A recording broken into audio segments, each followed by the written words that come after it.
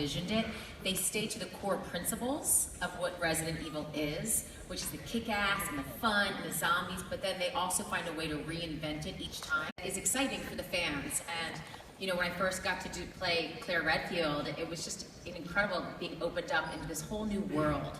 And the loyalty, the ferocious commitment has been really inspiring to me and something I've loved being a part of. So we have a sense from seeing that exclusive trailer of the storyline of this one. Give us a sense. Where does this one pick up? Where do we find Alice? What kind of adventure are we going to go on in this final chapter? Well, it's a return to the very beginning of the franchise. It's a return to Raccoon City, or what's left of it after we dropped a bomb on it in the second movie. It's a return to the Hive, where everything began for Alice. And it's also a voyage of discovery for the Alice character, because obviously, you know, Mila had memory loss in the first movie. Her character doesn't really know who she is. And this is the movie where we discover the truth about her and the truth about the Umbrella Corporation. How literally should we take the title, the final chapter?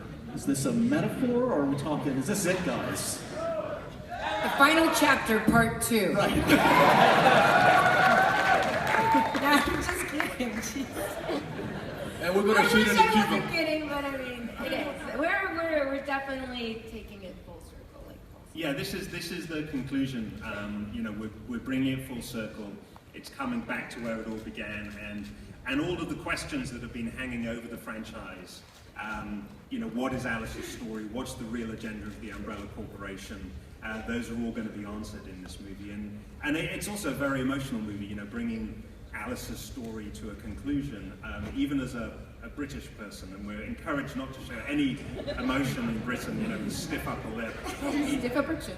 Even I kind of tear up at the end of the movie. I mean, I think this movie is going to have a level of emotional engagement that I think most people wouldn't necessarily assume would come with a Resident Evil film, and that's something that I'm very, very happy about. It's terrifying. Terrifyingly emotional. The amount of emotional engagement in this movie. More terrifying than Bridget Jones's Baby. Put that on the poster. Come on, guys. And we have to introduce the audience to some new blood in the franchise. Welcome, guys. It's good to have you here. Fresh meat. So intimidating, exciting, joining a franchise that's already, you know, well into it and has this fan base. That's got to feel like a security blanket, I would think. But in another way, is it a little scary jumping on board? I mean, it was, for me, I was so excited to do it because I used to play the game, the very first one years ago, and I couldn't play the game with the sound up. So when I was like, they were like trying to be a Resident Evil, like that'd be awesome. And I've always admired Paul, all of his work, and Mira. I mean, Mira's hot, you know. I was like really Ovich, you know. And it's awesome, and these movies are so much fun, and they're everything you want in a zombie movie. It's like there's some scares, and there's some fun and action, and then there's all the emotional stuff, and this movie is awesome. And they're also welcoming, so I had a great time. You disagree, I assume. You're not going to talk about how you're crouching in fear that first day on set. When Allie and I walked in, oh my God, don't hit me! Don't look at me, don't look at me! No, please hit me. No, don't.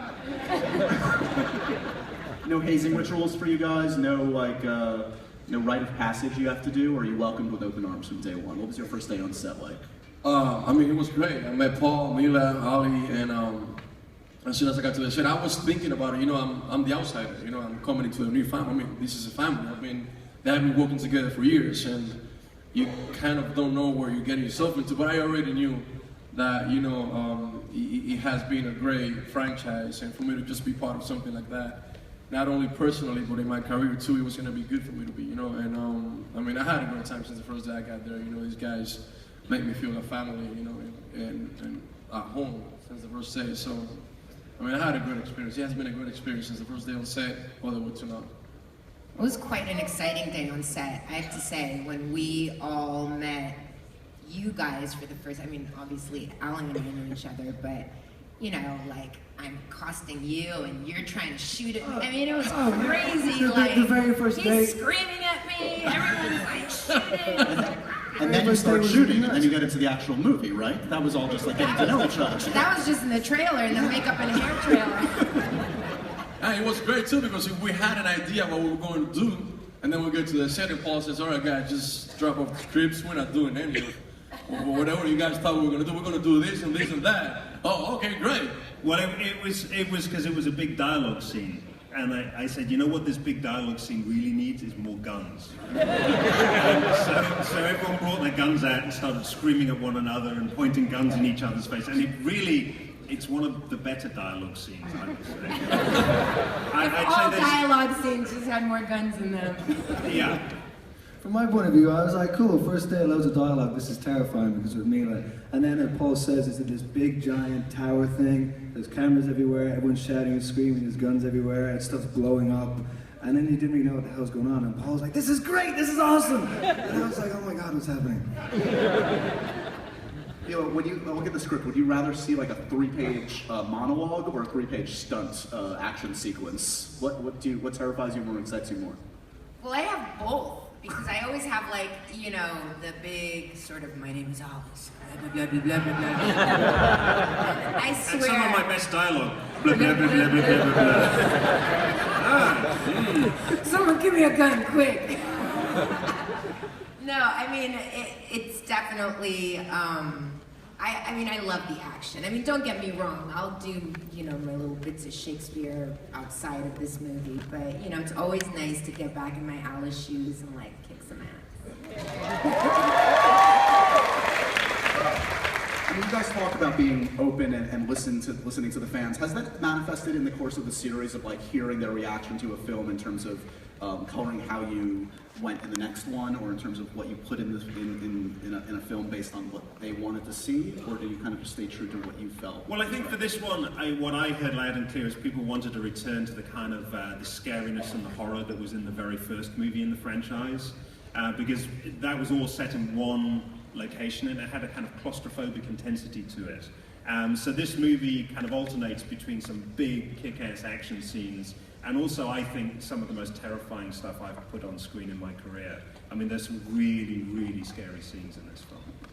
You know, we talked a little bit about this with Kate and the Underworld gang, but it's true as well for you guys. I mean, nowadays, thankfully, there are many more female-driven kind of action franchises, but you guys really kind of did set a standard. You guys were at the forefront there. Do you take a certain pride in what Alice means to people out there and what this franchise means to women and men alike?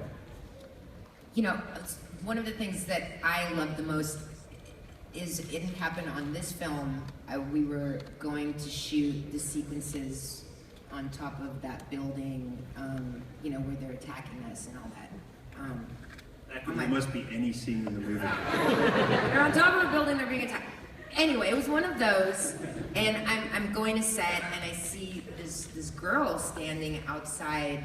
You know, the security aren't letting her in. And you know, every time I see a woman and a security guard, I'm always going to be on her side. So I'm like, what are you doing?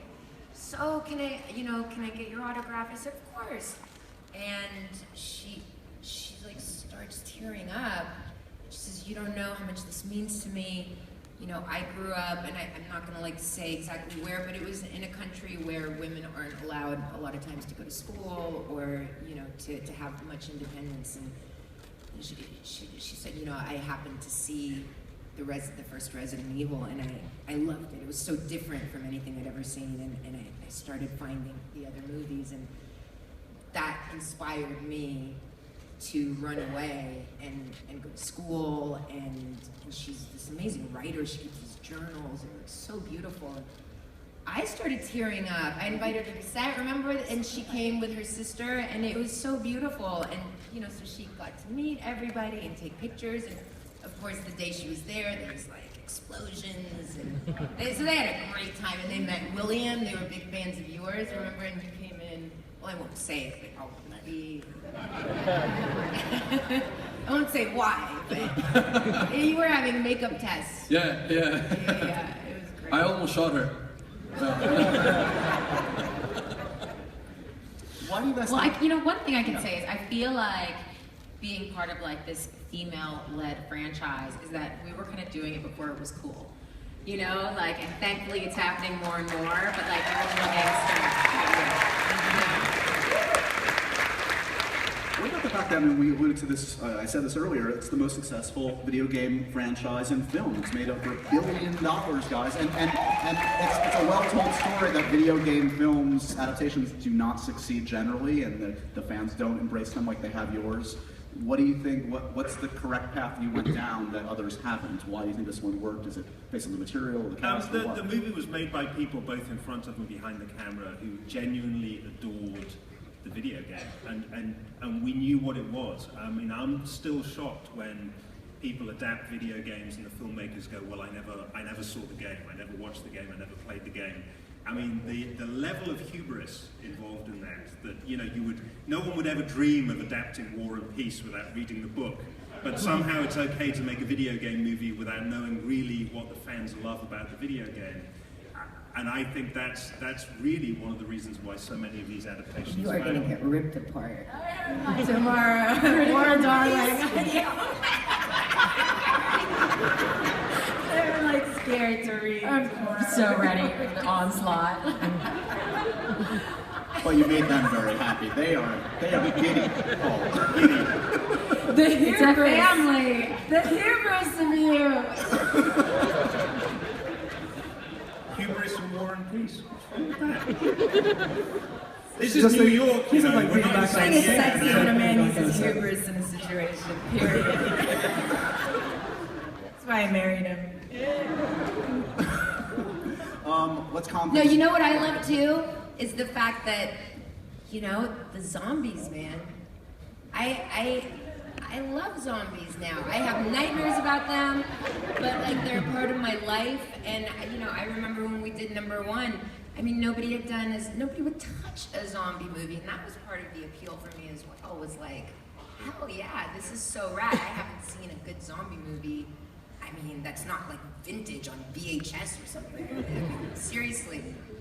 You know, and to see how people have embraced the undead since, you know, 2001, 2002 is amazing.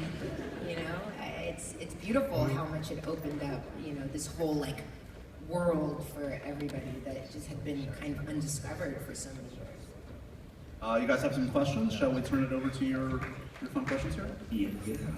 Yep. I've got some right over here on your right. Hi, my name is Kristen, and I was just wondering, the action scenes are always super crazy, so what is it like filming one of the action scenes? You know, it's crazy. I mean, we could talk about, we shot in Cape Town and Johannesburg in South Africa, and you know, one of the big differences doing that than shooting on a soundstage is that you're actually in the elements. And we did weeks and weeks of nights, and this one night or a couple days of them, we had to swim through these swamps in this quarry. And we were like strapped with guns, and like I had my red leather on, which somehow makes it out of the swamp with me. And we were all like going at it, and there was something to me that was so enthralling about that night because we were doing stunts, but we were in the elements, and I think it brought just a level of like rawness to us that I think you're going to see in the movie too. The thing about doing stunts in this movie, right, is that Paul likes to create big stunts, Mila likes doing big stunts, and it's really hard work, and it's cold, and you're a little bit miserable, and then Paul comes in, and he's so excited, he's like, that was great, let's do it again another 145 times. And you're like, oh my God. And you kind of can't not enjoy it, because he's having the time, it's infectious. This stuff is huge.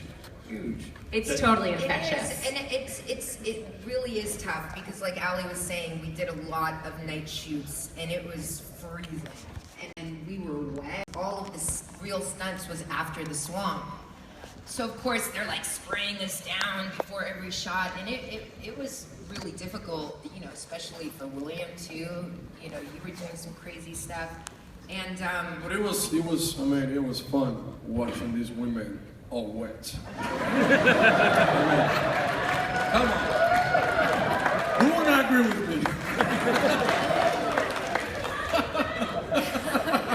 That was my favorite scene of the movie. Only because we all got in jacuzzis afterwards to try to keep warm. no, we didn't get it. We were the ones that didn't get in, and the boys were all dirty sitting shoes in there. It's crazy that we were always the tough ones in the corner. right? They got their jacuzzi. They needed hot tea with honey and lemon. We're like, please, let's go again. Give me a whiskey. You guys see this? It was every day like that on set. William's in the jacuzzi. Owen's at craft service. Oh, blow me. By the way, I gotta say a story. There's a story there. We gotta say one. Tell, please say Because it. this guy, he comes up to Paul and he has this line, which is blow me. And he comes up to Paul and he goes, but Paul, I don't understand. What does this mean? No, I was Paul's like, what part of blow me do you not understand? Well, you know, but you might not know, but my English is not very good looking, so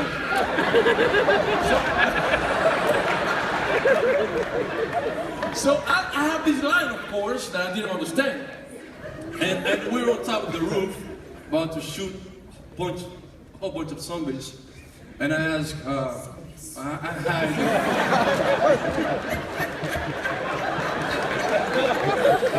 shoot a whole bunch of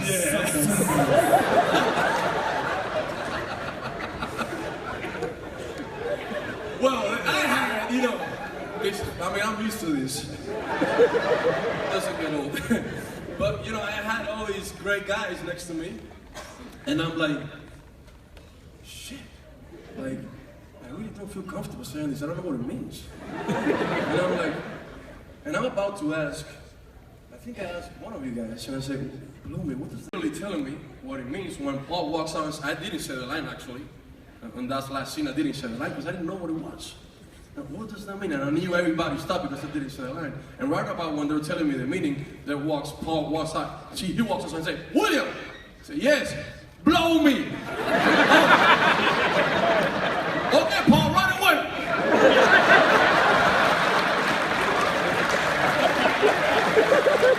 Oh, man! Some of my best direction. I love that line. He I use says it it every every day day from now. now on. From there on, I keep using that line. It just became part of my vocabulary. You gotta be careful where you use that line. You say, Yeah. It's a delivery, you know. What really matters. Okay, back to the movie. We only have questions about the blow me line, I'm afraid. Any more questions? I got one right over here. Here you go. Hi. What's your favorite New York Comic Con so far? Is it the favorite thing about New York Comic Con? Was that the question? Yes? Well, I want to see all the cosplays. Like, for me, one of the fun about this and like going to the Comic Cons over the years is getting to see everybody in the costumes, going down on the floor, and so I think we're going to get to do that in a little bit later. But just being here with you is super special. You guys are so supportive. Really? And great energy. And amazing. All worth it. I mean, definitely, it's the characters. I mean, there's only one place on Earth where a grown man, you know, can dress as an Ewok. And it's okay, you know, and that's right here. I think we got one more question over there with you, Elliot. Correct, I got the last question. Yeah, this question's for Lilu Dallas.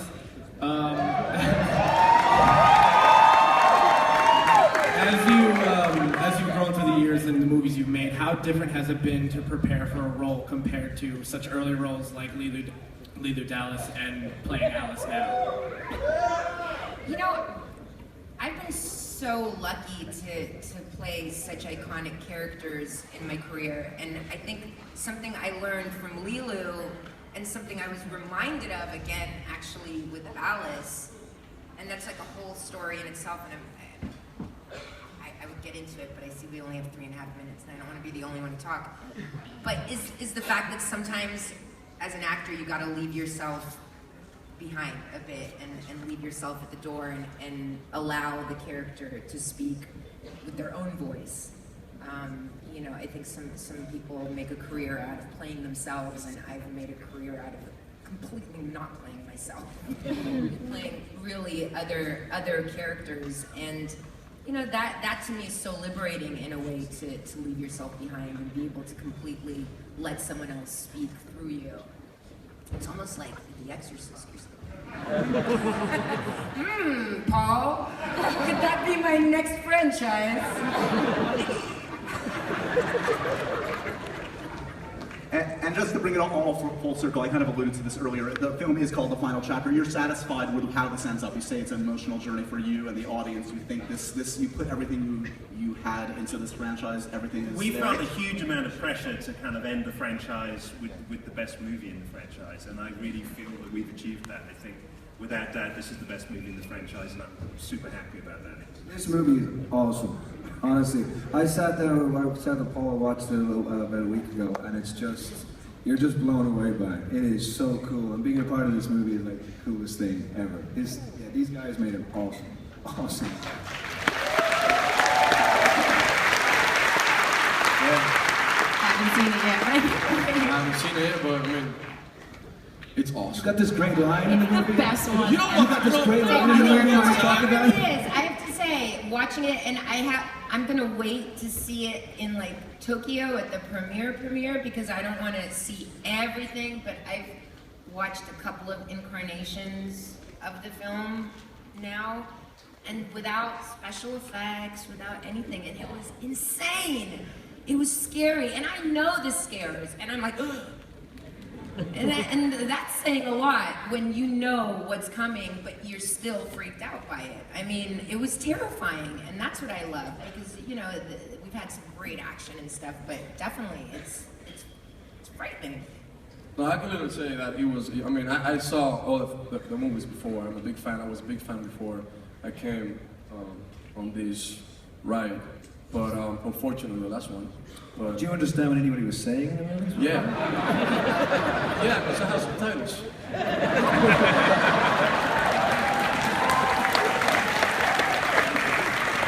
Come on, man.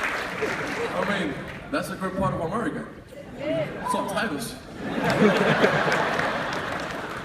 We have to give a shout out to Rolla and to Ruby Rose, who are also like great parts and great additions to the movie. We talked about how, so many action horror films are defined by people's death scenes and how you have to have a rad death scene in a movie. And I have to say, we have some killer death scenes. And it's like people die so Unexpected. crazy, gruesome, and awful, but amazing. If you're not ready to pre-order your tickets by now, I don't know what's wrong with you guys, because this panel has been awesome. Thank you guys so much for everything. Welcome to the final chapter, January 27th.